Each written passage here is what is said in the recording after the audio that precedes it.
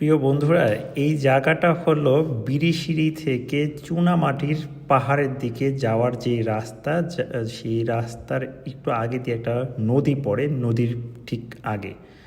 এই রাস্তাটা কোনো ব্রিজ ঢালা রাস্তা নয়, বালুর উপরে।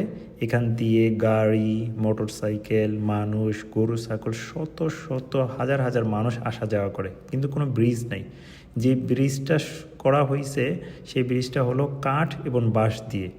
10 টাকা টোল নেয়, কিন্তু এই টোল নিলেও মনে হয় না এটা একটা ভালো কোনো পদক্ষেপ। এই জায়গায় যদি একটা ব্রিজ হতো তাহলে এখানকার যে প্রতিদিন 30 থেকে 35 হাজার মানুষ প্রতিদিন আসা যাওয়া করে, তাদের হয়তো দুর্ভোগান্তি আর একটা কমে যেত। তাই আমার ভিডিও যারা দেখতেছেন তারা এই বিষয়টা শেয়ার করবেন, যাতে এই বিষয়ে ভালো কোনো সিদ্ধান্ত আসে এবং এই জায়গার মানুষের জন্য যেন ভালো কিছু হয়। সকলকে অসংখ্য ধন্যবাদ।